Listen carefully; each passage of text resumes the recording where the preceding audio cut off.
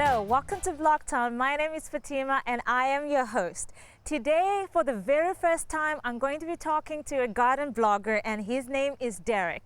As you can see, I'm sitting in his lovely garden and I'm going to join him right now.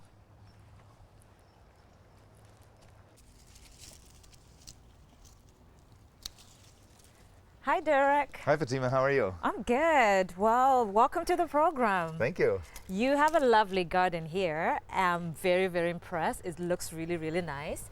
So take us through it. Show us what you have. Sure. Yeah. I like to call this area my sun garden because I go primarily, well, it gets sun because it's south facing, but also I put only sunny colors in here. So reds, yellows, and oranges. And I've got a couple of other gardens that we can see. One I call the Monet garden because it's blues and purples kind of only, those shades. Okay. And So is it color coded? They started out being color-coded gardens, yeah. And then one we call the moon garden, which is all white flowers. Nice. Because if you can be out there at night and the white really reflects the light and you can see the garden show up at night. So this is the sun garden, lots of reds, yellows, and oranges, and lots of sunshine. And I've been here now at this place, my home, 2 years, and before coming here I didn't have any experience gardening in the sun because where I lived before was only shade. So pretty much everything you see here is new to me and all plants that I never grew before 2 years ago. What would you say has been, the most difficult thing in gardening in Winnipeg? Because you were somewhere else before. That's right. And then you just started this 2 years ago. Yeah. Well, in Toronto, where I was for the last 17 years before moving here, we're in a zone 6. So there's a lot of plants you can grow there that you can't grow here.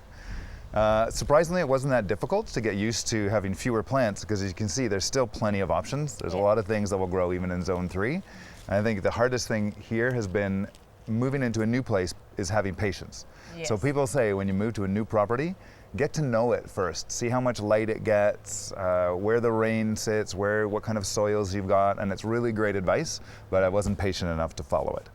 So you were talking about zone 6, zone 3. What does that mean?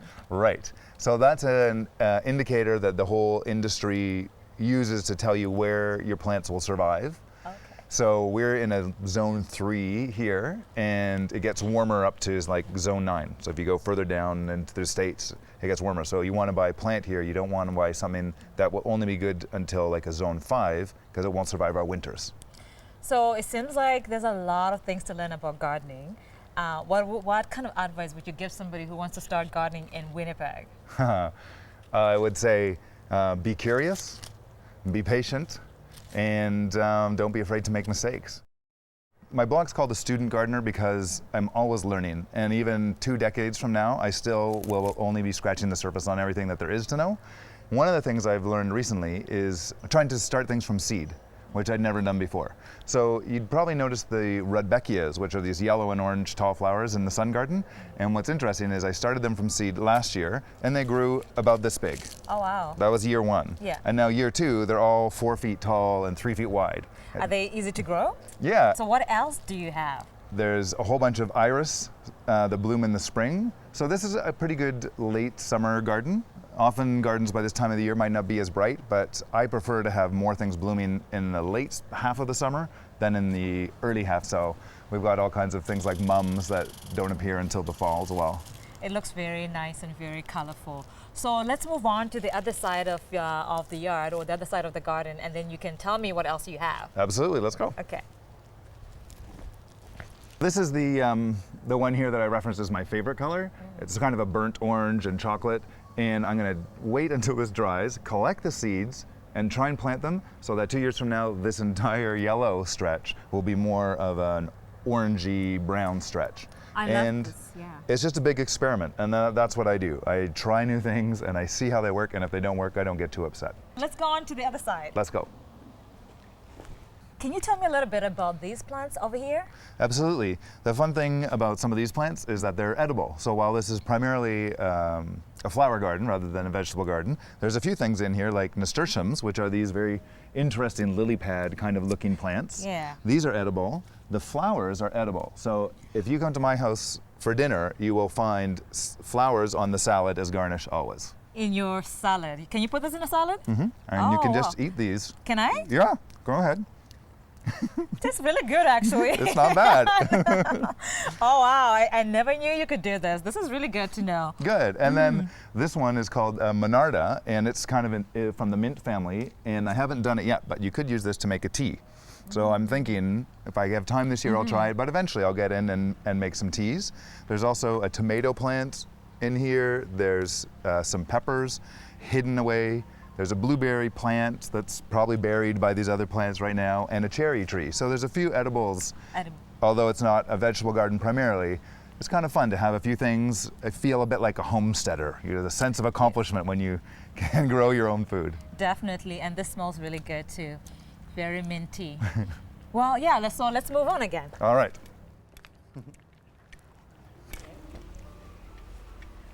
Oh, wow. Are these grapes? These are grapes. So please feel free to help yourself. Okay, I'm going to try this right now. I'm so excited, actually. I was very excited to find that moving back to Winnipeg, even though we're in a zone 3, we're able to grow grapes and grow cherries and grow, I don't have any pears, but you can grow a whole bunch of fruits here that I had no idea, given it's so cold. These are so sweet, and I'm so greedy. I took the whole thing instead of one. That's fine. I'm sorry for that. So how do you know that they're ripe? By tasting them. So they taste ripe, that's how I know. It's actually very, very sweet. So what are your future plans for the garden? The future plans, oh boy, there's a lot. For example, this whole backyard, I was really focused on the front yard for the first couple of years, and now I've turned my attention to the backyard. So everything in here is just a big experiment. One thing that I do a lot of and recommend to people to keep costs down, because gardening can get pretty expensive, is I divided. So I dug up everything that was here first, and I broke it all apart and divided it into smaller pieces and replanted it again.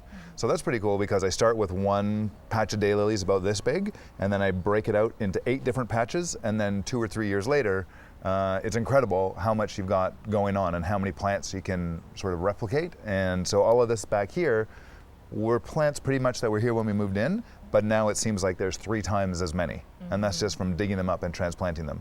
So now that we've done that, I've got some fun research to do over the winter to pick some new plants to kind of flesh this out and add some more stuff.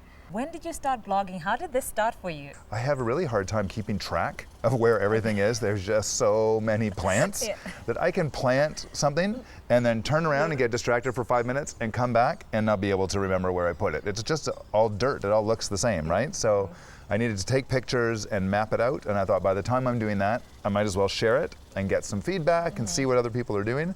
And that's how I got started, really the need to record what I was doing, And what a great way to organize your stuff online. I love gardening so much that I want to get other people interested in it. And one of the things that I've started is called the Winnipeg Bulb Project. And I raise money during the winter. And then at this time of year, and in fact, right now, as people are seeing this, we're probably distributing some bulbs. So tulip bulbs and daffodil bulbs that we plant in the fall and then they bloom in the spring. And I'm giving this year 11,000 bulbs for free to organizations, primarily in the north end and downtown parts of the city. So see the Spence Street Neighborhood Association, the West Broadway Community Center, they're taking 1,200 bulbs. They're going to plant them in their community gardens and distribute some to volunteers.